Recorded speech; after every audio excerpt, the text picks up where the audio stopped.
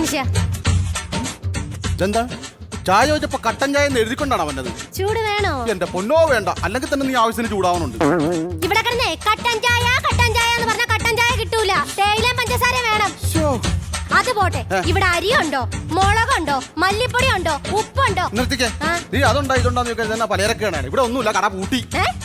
എടി ദാരിദ്ര്യം പറയല്ലേ, തന്നെ കേട്ട് കേട്ട് കേട്ട് കേട്ട് കേട്ട് മടുത്ത്. ഇതൊക്കെ ഒന്ന് മാറ്റി പിടിക്കണ്ട സുജേ. അത് തന്നെയാണ് ഞാനും ചിന്തിക്കുന്നത്. എന്നത് ഇതിനൊന്ന് മാറ്റി പിടിച്ചാലോ?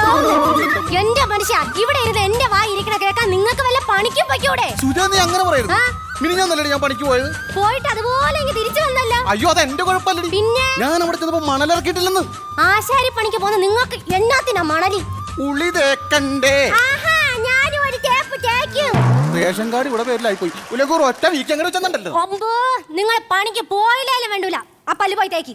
ഇപ്പൊ ഞാൻ പല്ല് തേക്കാത്ത കുഴപ്പം. ഇവിടെ മുട്ടക്കാട്ടിന് ആന പല്ല് തേക്കണില്ല, പിന്നെയാണ് ഇത്തിരിക്കാട്ടുള്ള ഞാൻ പല്ല് തേക്കണത്. ആനേ ആൾക്കാരോട് സംസാരിക്കാറില്ല.